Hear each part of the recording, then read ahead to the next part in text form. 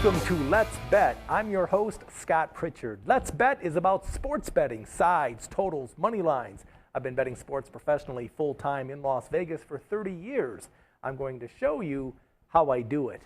Preseason football starts this coming Thursday. Are you ready for some football? Joining me, my co-host, a guy who is always ready, Jacob Cannon. Ready, willing, and sometimes some people even call me able. That would be a first. I'd like to know who that person is. That'd be me. I like it. We'll be checking back with Jacob a little bit later on in the show. To reach out to us, a couple of things you can do. Email us at letsbet@vegasvideonetwork.com. That's letsbet@vegasvideonetwork.com. Another way to reach out to us, our toll-free number, listener line, 866-966-4599. Again, 866-966-4599. Now let's get started.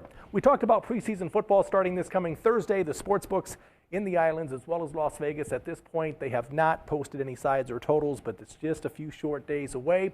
I would like to talk to you today about some of the winners and losers post-lockout free agency. Okay, we're talking about teams that have improved their chances as we prepare for the upcoming season, and a couple of teams that didn't quite fare so well.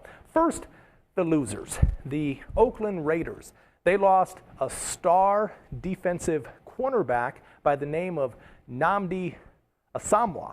Okay, this guy is one of the top 3 corners in all of football. The Oakland Raiders also gave up their tight end, Zach Miller. This is of interest because the Raiders actually took a step forward last year, improved considerably, but now they've taken 2 steps back by giving up those 2 star players.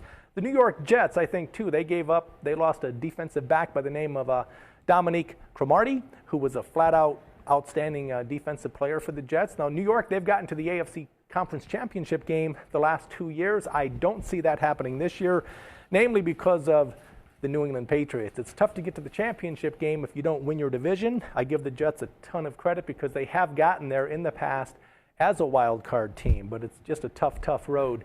Now, let's talk about some winners for the post-lockout free agency period. Teams that have improved their chances. The Carolina Panthers, they need all the help they can get. They kept most of their players.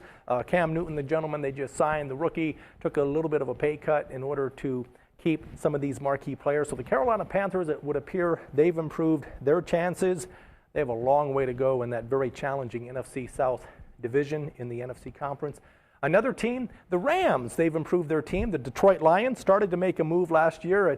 This is not a comedy show. I'm talking the Detroit Lions have improved their chances in the NFC Central, even though it's a rock-solid division with the Green Bay Packers, the Chicago Bears, and, of course, the Minnesota Vikings. Another team in the AFC that improved their chances, the Houston Texans. Though I expect that they will challenge the Colts, Peyton Manning and the Indianapolis Colts, for the division lead for this upcoming season. But one team, more than any other team, really has improved their chances for the upcoming season. I'm talking about a team in the NFC, the Philadelphia Eagles. Remember this team from a year ago, they went into the playoffs and they were favored to beat the Green Bay Packers.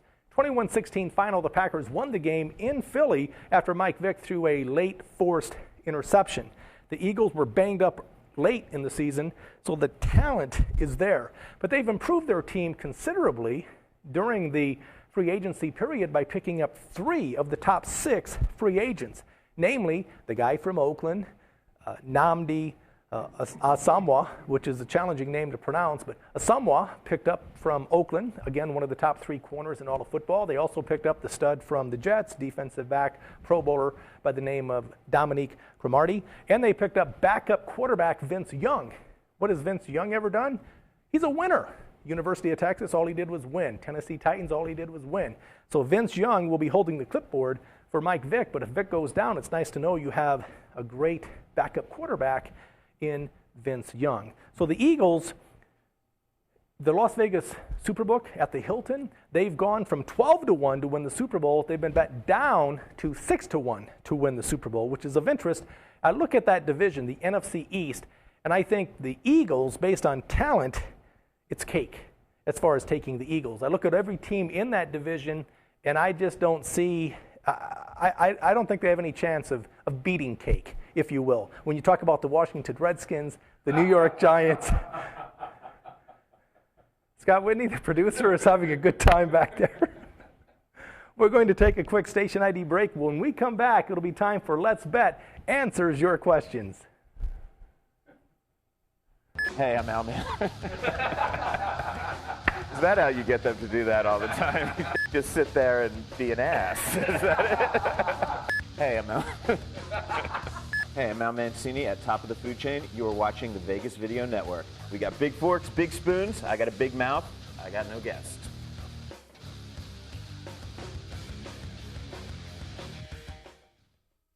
Welcome back to Let's Bet. I'm your host, Scott Pritchard. We're live every Friday morning, 11 o'clock Las Vegas time. It's time now for Let's Bet Answers Your Questions. This is where we take comments, questions off the listener line, 866-966-4599, or from the email, letsbet@vegasvideonetwork.com. Jacob Cannon, what do we have? One question that is pretty prevalent, you just touched upon it. Van wrote, how much have the lines moved since the first round of free agency is kind of settled? Interesting question. We touched on the Philadelphia Eagles for the most part. The win total for the Eagles has been bet up from 10 to 10.5. Now you may think, wow, that's a half a win. It's not a big deal, but it is a big deal. The Eagles at this point going from 10 to 10.5. I think, for one, even though they're in a challenging division, challenging schedule for the most part, I see this team winning 11 games or more. I'm always leery of high-profile teams that get a lot of publicity. I tend to buck the trend, go against the public, if you will. But in this case, I would be hard-pressed not to be on the Eagles to win because they're going into the season healthy, and they have backups for the backups, a la Mike Vick being the starter, and, of course, Vince Young coming off the bench in case, it's something that's extremely difficult to forecast, injuries. But even if Mike Vick goes down, Vince Young is more than adequate as a backup. He started in this league for many, many years for the Tennessee Titans. Next. Quick question from the live chat. R. Flavin asked, do you ever play Super Bowl long shot bets early in the season? Back when the Rams were 350 to 1 at the Mirage, I wish I would have stepped up and just bet a token $1,000. But the St. Louis Rams, I remember going into that season, they had a quarterback by the name of Trent Green. It's not a coincidence that the Rams, that year where they went on to win the Super Bowl, Trent Green was going to be their star quarterback. He went down in a preseason game against the San Diego Chargers, and I remember thinking, wow, the Rams are certainly going to be improved, but I want nothing to do with this team now that Trent Green went down and some no-name stiff from Iowa by the name of Kurt Warner is their backup. Kurt Warner went on to become the MVP of the league, and the St. Louis Rams won the Super Bowl. I was at that game when the Rams beat the Tennessee Titans by 7. Actually, it was by 4, and, of course, the Titans came up just 1 yard short. Very, very exciting game. But yes, oftentimes I actually had the Tennessee Titans a few years ago to win. That was the same year, the Tennessee Titans to win the AFC Conference Championship at 25 to 1 going into the season at Caesars Palace, and 50 to 1 to win the Super Bowl. Presented a nice hedge opportunity, but man, oh man, I would have been a genius had I seen the Rams. They came out of nowhere. And one thing to keep in mind, strength of schedule when betting a future long shot for football, very, very pertinent, because it's been documented that the St. Louis Rams that year, coming out of nowhere, they had the second easiest schedule in all of football in the history of the league, second only to the Miami Dolphins of 1972. Jacob? Great. Last week you touched on who's going to make money in the AFC. Who's going to make the money in the NFC? This comes from Mark. Well, you have to think in terms of, there is a difference, my friends, between a team that will do well and a team that will actually get you the money. For instance, last year, the Detroit Lions, 7-1 ATS against the spread the first 8 games of the season, and the St. Louis Rams were 6-2 the first 8 games. These teams are ugly sister teams, if you will. So you'll want to look for underrated teams. On the other side of things, a year ago, the Dallas Cowboys, high-profile team, Jerry Jones, the owner, said, listen, the Super Bowl's in Dallas. We'll be hosting the game, and my Cowboys will be there. Fact is, they started out 1-7 ATS against the spread. So again, you have to see it, obviously, before it happens. Now, as far as contenders for the NFC, obviously the Green Bay Packers, a team that made it to the Super Bowl a year ago. The Packers, if they somehow, some way are seeded 1 or 2, remember last year they were seeded 6 in the playoffs. It's very, very challenging for any team to go into Green Bay and win at Lambeau Field. Now, the Packers went on the road. They were only 5-3 regular season, and then they went on the road in the playoffs and got to the Super Bowl and won on a neutral field. I think the Eagles obviously will be there. I think the Packers will be there. But again, there's a price and a number for everything. So obviously the Eagles and Packers will practically be favored in just about every single game that they play. And so that's why you really have to dissect either taking the points, being an independent, or riding the wave, so to speak. Because again, wins doesn't mean that they're going to be a very good ATS against the spread team. So obviously, do your homework on a weekly basis. My friend Jacob and I will continue to be giving out opinions on games every Friday morning right here at Let's Bet. Next. Another quick follow-up from the question from the live chat, kind of piggybacking on what you talked about before. Is there any strategy for picking like baskets of long shots? I know you talked about strength of schedule. Is there anything more to that you can pick a basket of a long shot to win Super Bowl? The thing you want to look for, it's tough to win the Super Bowl or get to the Super Bowl. If you're looking at a future play, I always go for the AFC or NFC Conference Championship game as opposed to the Super Bowl, because only one team will win the Super Bowl out of 32 teams.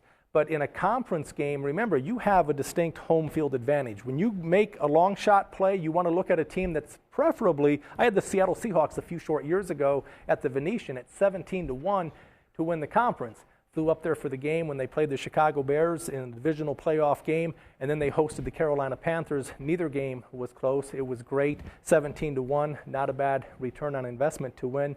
It had to do with the fact that they were in a weak division, favorable schedule, good solid defense.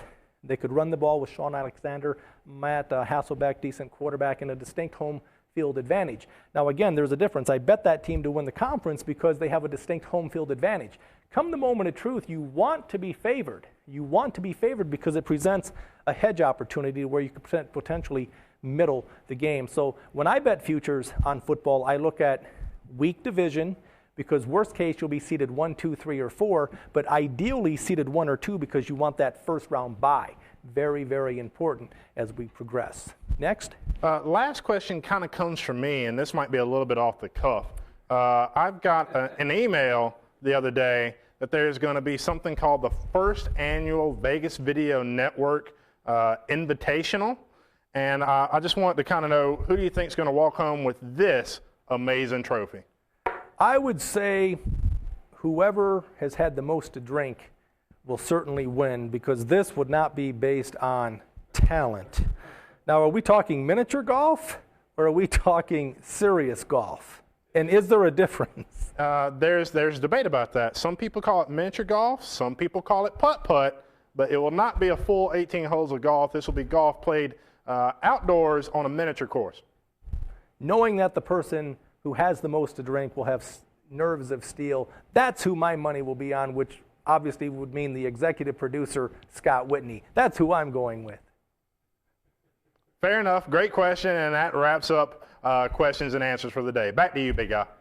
Thanks again, Jacob. Great having you with us. Let's Bet. You can catch us live every Friday morning, 11 o'clock Las Vegas time. Keep in mind, all the shows on the Vegas Video Network are simulcast, actually broadcast every Friday night from 6 to 10 on AM 1400 radio, KSHP. Be sure and check that out. For my friend Jacob Cannon. Jacob, you have any parting shots? There is just one last question here in the chat. Somebody named Wayne wanted to know why the door was locked to the Vegas Video Network studios. You're getting a little too personal, but we'll maybe address that next week. But just to be on the safe side, keep it locked. Jacob, once again, great having you with us. Check us out live every Friday morning, 11 o'clock. Reach out to us. Listener line, 866-966-4599. That's 866-966-4599. Keep those questions and comments coming. Email us at letsbet@vegasvideonetwork.com. That's letsbet@vegasvideonetwork.com. Check out my site, pritchardspicks.com. That's pritchardspicks.com. For Jacob Cannon, executive producer Scott Whitney, I'm Scott Pritchard. Great having you with us. And once again, I'll leave you with the words my first wife left me with as she drop-kicked me to the curb. Good luck and goodbye.